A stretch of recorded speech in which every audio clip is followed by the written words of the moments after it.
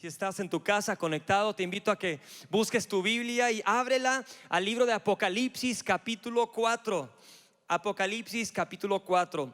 Vamos a leer una parte del capítulo 4 y todo el capítulo 5. Pero antes de comenzar, quiero agradecer a todos los que estuvieron orando por nosotros. Acabamos de regresar con un equipo de 13 personas que viajamos a Turquía. Estuvimos en Estambul con una iglesia iraní. Y la verdad fue un tiempo precioso, un tiempo donde pudimos servir a la iglesia local, y también un tiempo donde fuimos impactados al ver el hambre y la sed que estas personas tienen por la presencia de Dios. Fue un impacto muy grande ver cómo buscan al Señor cada mañana. Estuvimos reunidos con ellos. Así que gracias, iglesia, por orar por nosotros. Estamos tan contentos de poder estar de vuelta en casa y con ánimos para servir a Jesús como familia en este lugar, sabiendo que de aquí también vamos a alcanzar más naciones, más ciudades en nuestro país para Jesús.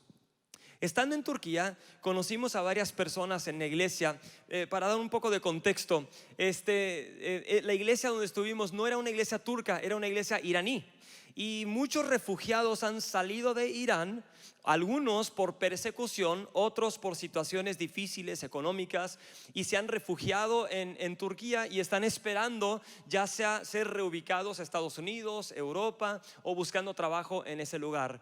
Pero varios de ellos habían sido pastores en Irán, habían sido encarcelados, torturados, y al salir habían ido a Turquía y estaban ahí. Conocimos a un hombre llamado Farshid.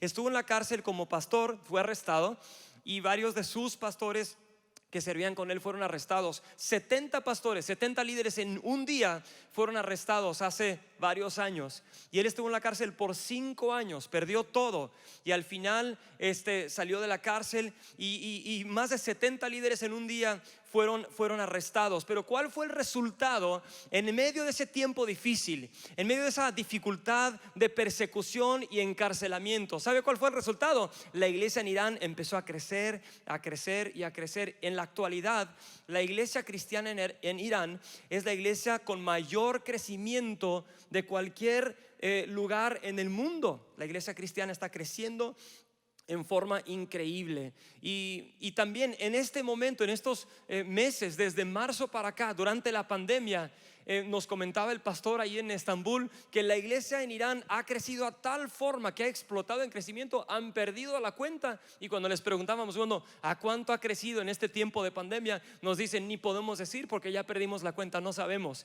En medio de enfermedad, en medio de persecución, en medio de dificultad, Cristo está sentado en su trono, está en medio nuestro, y Él está obrando en Irán, está obrando en Turquía, está obrando en El Paso, está obrando en tu casa, está aquí en medio nuestro. Y el título del mensaje de hoy se llama Viendo lo que no se ve. La verdad es que nosotros vemos a nuestro alrededor enfermedad, muerte, tragedia, crisis económica, inestabilidad política, pero atrás de lo que se ve, atrás de esa realidad, hay otra realidad mucho más grande, mucho más poderosa, y que reina y que gobierna, y que a final de cuentas tendrá la última palabra. Y esa realidad se llama Jesucristo. Él está sentado en su trono.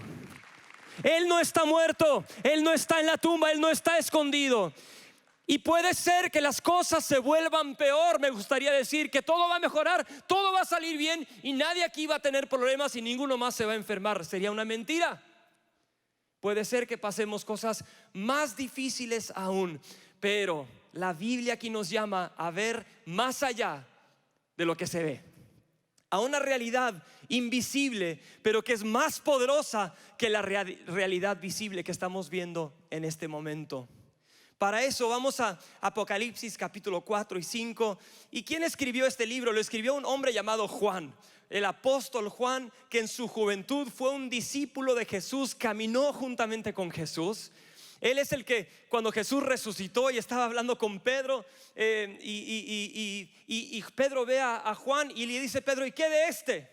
Y Jesús le dice: ¿qué a ti? Sígueme tú. Y Juan es aquel que amaba a Jesús, que caminaba con él, y escribió el libro de Juan, los libros primera, segunda y tercera de Juan, y también el Apocalipsis. Pero lo escribió en su vejez. Se piensa que tenía más de 90 años de edad. Él ya había sido discípulo, apóstol, pastor de mucha influencia en aquel tiempo.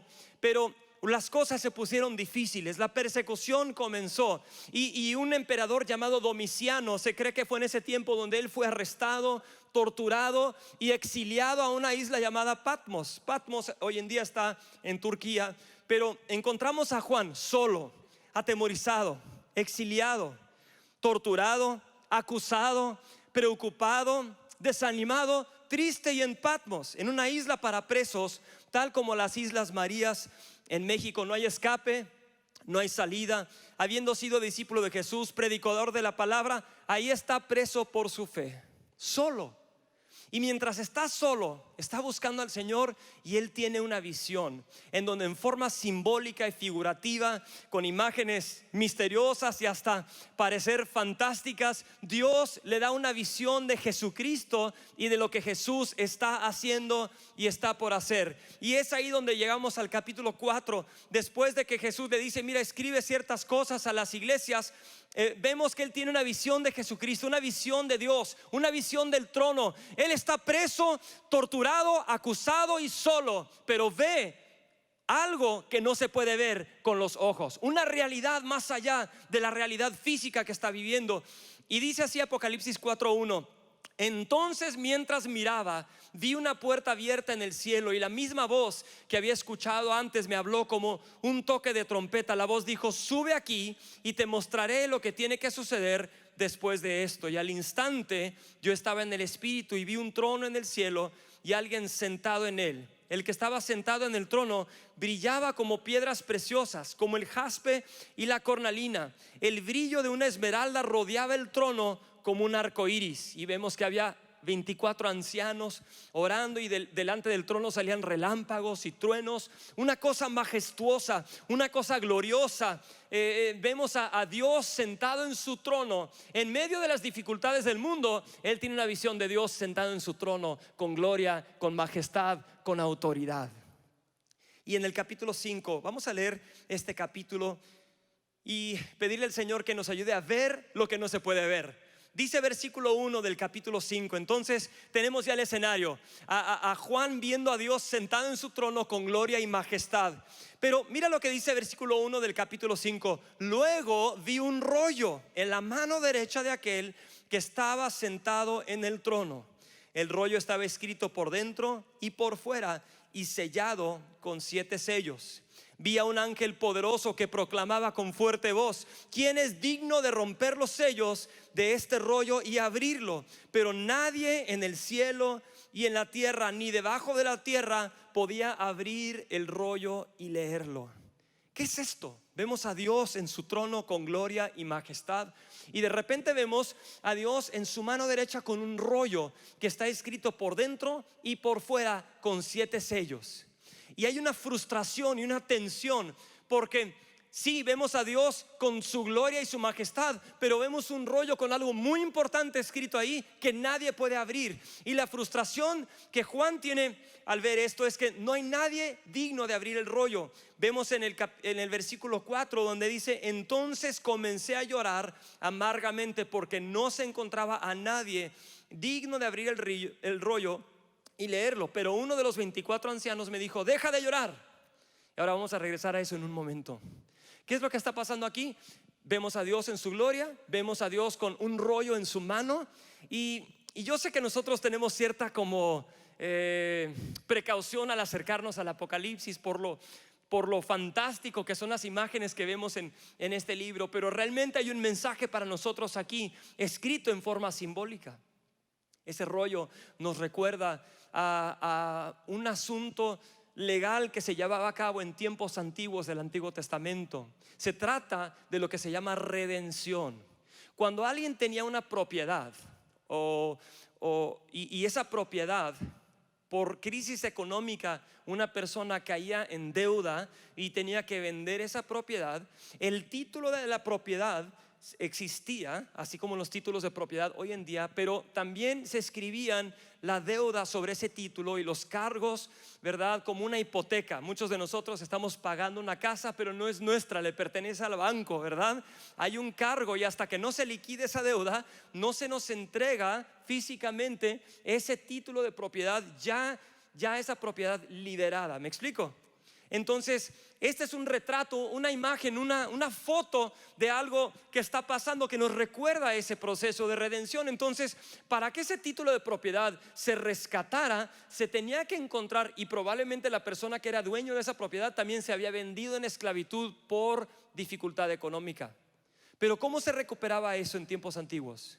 Para recuperarlo, se tenía que encontrar una persona que redimiera o que rescatara, es la otra palabra. No lo busquemos ahora, pero después lo puedes leer en el libro de Ruth. Encontramos un retrato de esto, donde un hombre llamado Boaz, un familiar de Noemí, pudo rescatar su propiedad y casarse con Ruth. Y todo el trato se llevó a cabo en las puertas de la ciudad, donde se sentaban los ancianos que juzgaban y gobernaban.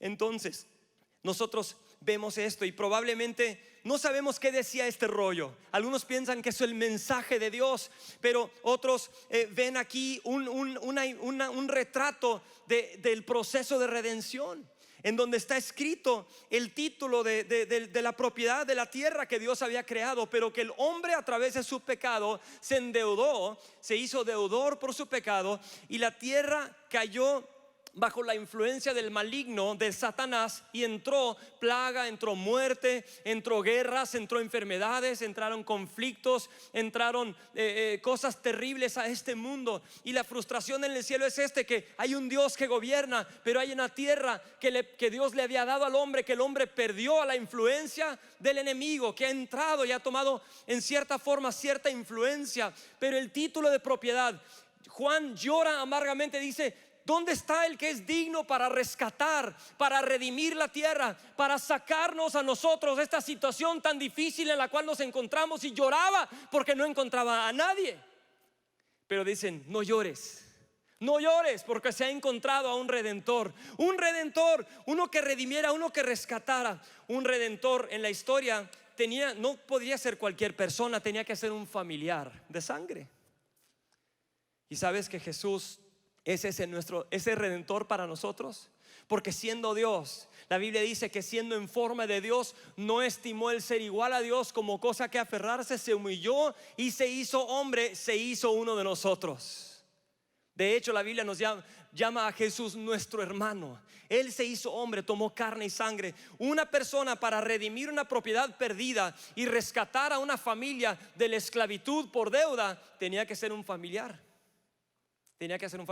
Número 2, tenía que tener recursos suficientes recursos. Y número 3, tenía que tener el deseo de rescatar a ese familiar endeudado que había perdido su propiedad y a sus propios hijos. Vamos a regresar aquí a Apocalipsis. Versículo 5 dice: pero uno del capítulo 5, pero uno de los 24 ancianos me dijo: deja de llorar, mira, el león de la tribu de Judá, el heredero del trono de David, ha ganado la victoria. Él es digno de abrir el rollo y sus 7 sellos. ¡Wow! No llores. Hay deuda, hay problemas en la tierra, hay dificultades, hay enfermedad, hay guerras, hay inestabilidad, hay problemas. Pero no llores, porque hay alguien digno para rescatar, digno de redimir, digno de tomar posesión, digno de restaurar, alguien que es calificado, que tiene los medios. Y esa es la realidad, que nosotros, aunque quisiéramos rescatar esta tierra, ¿quién aquí podría hacerlo? Nadie. Aunque quisiéramos rescatar a nuestras familias, ¿quién lo podría hacer? Ni el gobierno lo puede hacer, nadie lo puede hacer. La economía no lo puede hacer. Nadie puede rescatarse a sí mismo. Solo el león de la tribu de Judá, que ha vencido. Él ha ganado la victoria y Él es digno de abrir el rollo. Ahora, escucha esto. Esto está increíble. En versículo 6 le dice: no llores, porque el león ha vencido. Entonces él voltea para ver al león y mira lo que dice aquí. Versículo 6: entonces vi. Ahora, ¿qué es lo que va a ver? Yo me imagino que debería haber un león, pero ¿qué es lo que ve? Ve un cordero, versículo 6, que parecía que había sido sacrificado, pero que ahora estaba de pie entre el trono y los 4 seres vivientes. Vamos a leer hasta el 14. Y en medio de los 24 ancianos tenía 7 cuernos y 7 ojos, que representan los 7 aspectos del Espíritu de Dios, el cual es enviado a todas las partes de la tierra. Él pasó adelante, tomó el rollo de la mano derecha del que estaba sentado en el trono, y cuando tomó el rollo, los 4 seres vivientes y los 24 ancianos se postraron delante del Cordero. Cada uno tenía un arpa y llevaba copas de oro llenas de incienso, que son las oraciones del pueblo de Dios. Cantaban un canto nuevo con las siguientes palabras: tú eres digno de tomar el rollo y de romper los sellos y abrirlo, pues tú fuiste sacrificado y tu sangre pagó el rescate para Dios de gente de todo pueblo, tribu, lengua y nación, y la has transformado en un reino de sacerdotes para nuestro Dios, y reinarán sobre la tierra. Entonces volví a mirar y oí las voces de miles de millones de ángeles alrededor del trono, y de los seres vivientes y de los ancianos. Ellos cantaban un potente coro: digno es el Cordero que fue sacrificado de recibir el poder, las riquezas, la sabiduría, la fuerza, el honor, la gloria, la bendición. Aleluya. Él es digno. Entonces oí a toda criatura en el cielo y en la tierra, debajo de la tierra y en el mar, que cantaban: bendición y honor, gloria, poder le pertenecen a aquel que está sentado en el trono y al Cordero, para siempre y para siempre. Y los 4 seres vivientes decían amén, y los 24 ancianos se postraron y adoraron al Cordero. Wow. Ahora, no hay tiempo de ver cada detalle de esto, pero ¿qué es lo que sucede? Imagínate, está el Dios en su trono con la gloria y la majestad. Está el título de propiedad, está el rollo escrito por dentro con el título y por fuera con los cargos en contra, y sellado con 7 sellos, y no hay nadie digno para abrirlo. Después se encuentra que el león de la tribu de Judá, que ha vencido, él es también a su vez el Cordero que fue inmolado y sacrificado, y con su sangre ha pagado el precio para rescatar y redimir lo que se había perdido de esta tierra, de cada uno de nosotros. Pero lo interesante, y lo puedes leer después en Apocalipsis, cosas que yo no entiendo, pero lo poco que puedo entender aquí, en el capítulo 6, lo puedes leer después, pero él, cuando toma el rollo, empieza a abrir los sellos. Versículo 1 dice: mientras miraba, el Cordero rompió el primero de los 7 sellos que había en el rollo. Ahora, lo que se encuentra ahí es 3 series de juicios que se emiten a partir de abrir el rollo. En otras palabras, el Cordero toma el rollo, ¿verdad? Nos redime con su sangre, redime esta tierra, nos redime a nosotros, y cuando abre cada sello, cada vez que abre un sello, sale juicio sobre la tierra y empieza a juzgar. ¿Qué es lo que está juzgando? Para empezar, está juzgando y destruyendo a todas las cosas que nos destruyen a nosotros. Él está destruyendo toda muerte, toda enfermedad, toda mentira, toda cosa que va en contra de la voluntad de Dios. Y Apocalipsis nos muestra un libro de contrastes: juicio y salvación. Juicio para aquel que se opone a Jesucristo, salvación para aquel que cree en Jesucristo. Es un mensaje de esperanza, un mensaje de llamarnos a arrepentimiento, un mensaje de decir: hay uno que está sentado en el trono, que tiene los medios para rescatarte a ti, para rescatar a tu familia, para salvar y perdonar, y para hacernos nuevas personas. ¿Por qué? Porque Él ha vencido. Él ha vencido, porque su sangre fue derramada. La Biblia está llena de ejemplos. En Colosenses 2:13 dice: ustedes estaban muertos a causa de sus pecados, y porque aún no les habían quitado la naturaleza pecaminosa, entonces Dios les dio vida con Cristo al perdonar todos nuestros pecados.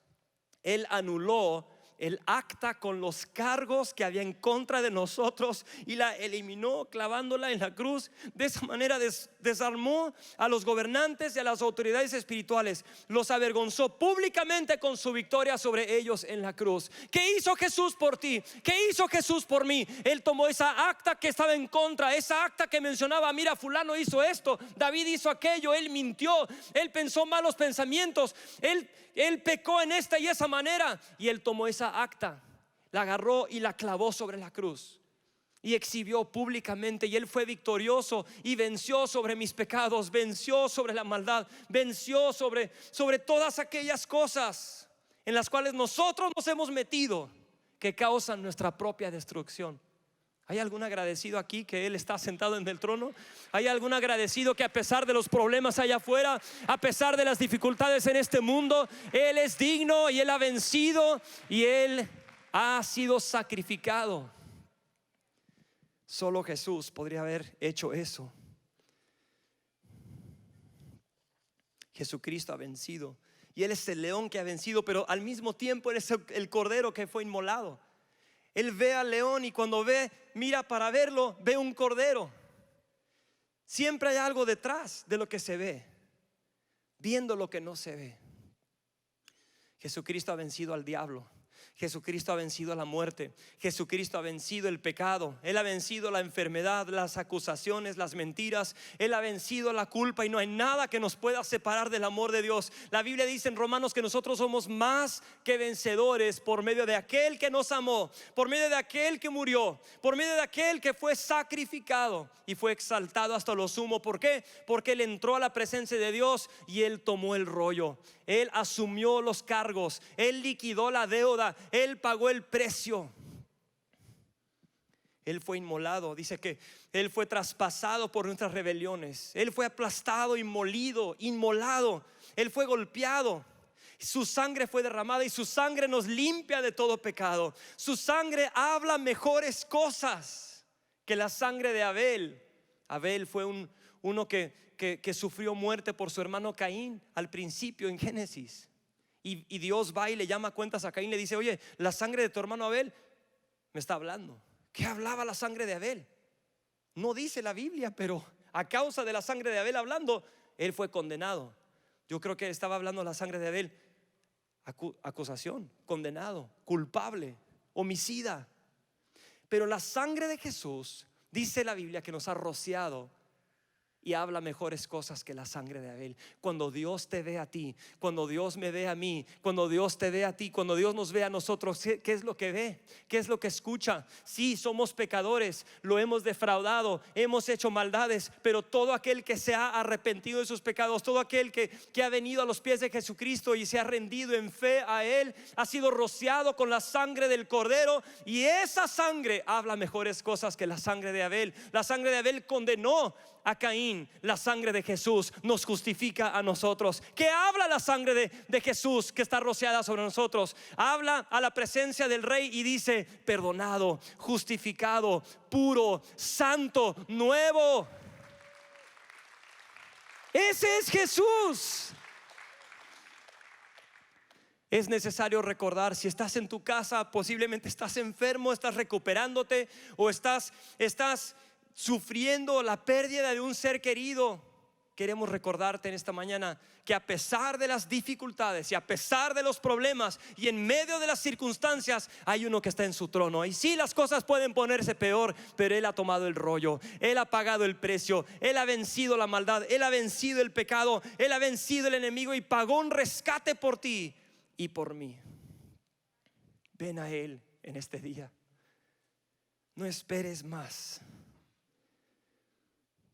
La Biblia dice que Él nos rescató del reino de la oscuridad y nos trasladó al reino de su Hijo.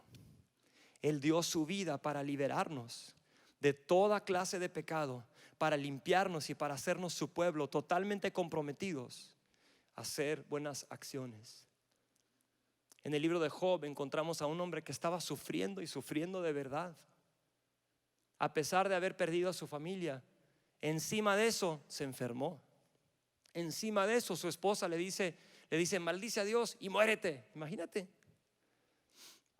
Y encima de eso sus amigos vienen y le dicen: Job, seguramente hiciste algo porque estás pasando esto, y solamente a los malos las cosas malas suceden. Pero no fue así.